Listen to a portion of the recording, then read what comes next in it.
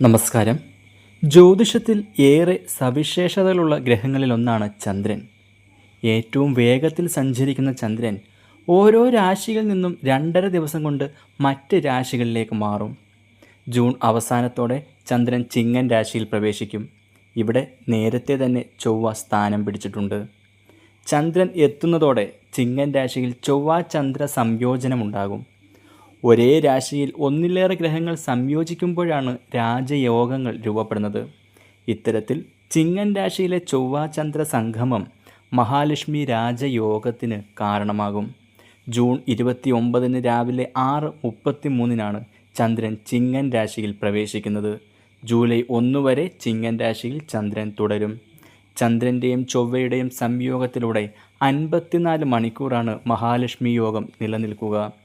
ഹൈന്ദവ വിശ്വാസപ്രകാരം സമ്പത്തിൻ്റെയും ഐശ്വര്യത്തിൻ്റെയും സമൃദ്ധിയുടെയും ദേവതയാണ് മഹാലക്ഷ്മി.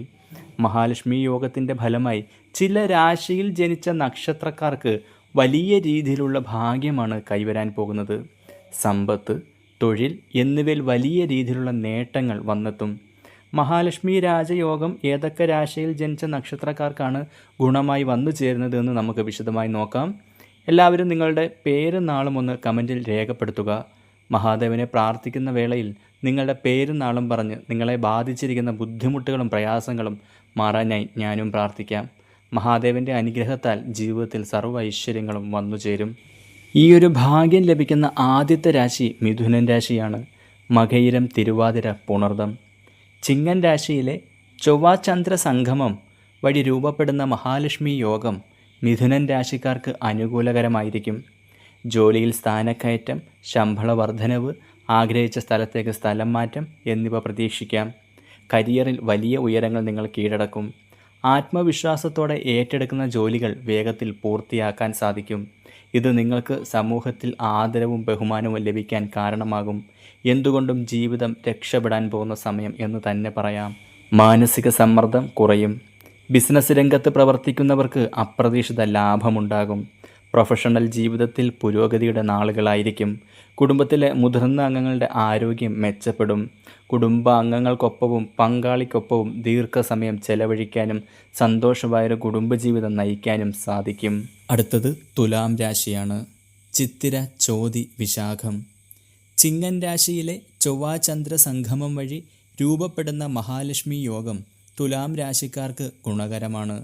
ഏത് കാര്യം ചെയ്യുമ്പോഴും ഭാഗ്യത്തിൻ്റെ പിന്തുണ ലഭിക്കും. ജോലി സംബന്ധമായ ആവശ്യങ്ങൾക്കായി വിദേശയാത്ര നടത്തേണ്ടി വരും. ഈ യാത്രകളൊക്കെ തൊഴിൽപരമായ നേട്ടങ്ങൾ സൃഷ്ടിക്കും. സാമ്പത്തിക സ്ഥിതി മികച്ചതാവും. സാമ്പത്തിക ബാധ്യതകൾ വീട്ടാനാകും. ദാമ്പത്യ ജീവിതത്തിൽ സന്തോഷവും സമാധാനവും അനുഭവിക്കും. അടുത്തത് മീനൻ രാശി. പൂരുരുട്ടാതി, ഉത്രട്ടാതി, രേവതി. ചിങ്ങൻ രാശിയിലെ ചൊവ്വാചന്ദ്ര സംഗമം വഴി രൂപപ്പെടുന്ന മഹാലക്ഷ്മി യോഗം മീനൻ രാശിക്കാർക്ക് അനുകൂലകരമാണ്. ലോട്ടറി പോലുള്ള ഭാഗ്യ പരീക്ഷണങ്ങളിൽ പങ്കെടുക്കാം. വിജയം ഉറപ്പ്. ബമ്പർ സമ്മാനം ലഭിക്കാനുള്ള യോഗം കാണുന്നു. പുതിയ വീട്ടിലേക്ക് താമസം മാറും. പുത്തൻ വീട്ടിൽ ആഡംബര ജീവിതമാണ് നിങ്ങളെ കാത്തിരിക്കുന്നത്. ഏറെ നാളായി വീട് പണി പൂർത്തിയാക്കാതെ മുടങ്ങിക്കിടന്നത് ഇനി പൂർത്തിയാകും. സ്വർണം പോലെ വിലപിടിപ്പുള്ള സമ്മാനങ്ങൾ നിങ്ങളെ തേടിയെത്തും. വിദ്യാർത്ഥികൾക്ക് മത്സര പരീക്ഷകളിൽ ഉന്നത വിജയം നേടാനാകും. കലാകായിക മത്സരങ്ങളിൽ പങ്കെടുക്കുന്നവർക്ക് അംഗീകാരവും അവസരവും വന്നുചേരും. ഇറങ്ങിത്തിരിക്കുന്ന കാര്യങ്ങളിലൊക്കെ ഇനി വിജയം തന്നെ ഫലം. എന്തുകൊണ്ടും ജീവിതത്തിലെ ഏറ്റവും അനുകൂലകരമായ ഭാഗ്യകരമായ സമയത്തിന് ആരംഭമായി എന്ന് തന്നെ പറയാം. ഇനി നിങ്ങളുടെ നല്ല കാലം. ഇന്നത്തെ വീഡിയോ ഇവിടെ അവസാനിപ്പിക്കുന്നു.